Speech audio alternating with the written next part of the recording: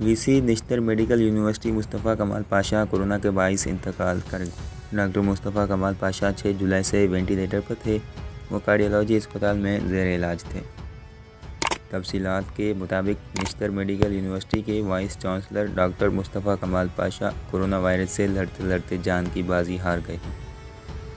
Media reports کے مطابق doctor مصطفیٰ کمال Pasha cardiology اسپتال میں زیر علاج تھے اور ان کو 6 جولائی کو وینٹیلیٹر پر منتقل کر دیا گیا تھا۔